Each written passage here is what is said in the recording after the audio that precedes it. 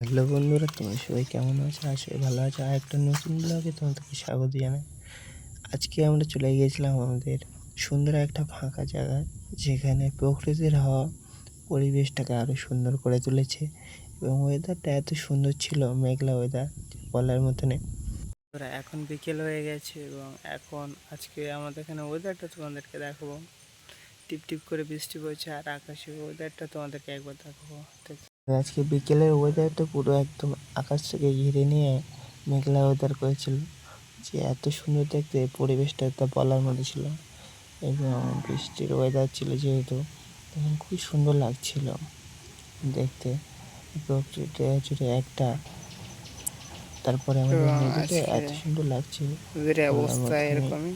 আজকে জোয়ার অনেকটাই উঠেছে। কিছুক্ষণ এটাকে অনুভব করলাম। তারপরে করে বৃষ্টি চলে আসলো। এই বৃষ্টির মধ্যে চলে আসছে।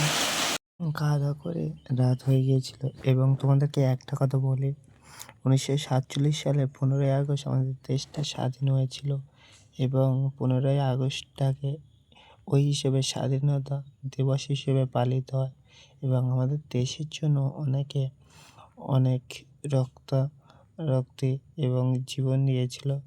এই একটা দিন আমরা পালিতভাবে স্বাধীনতা দিবস হিসেবে পালিত হয় এবং খুবই একটা স্পেশাল দিন।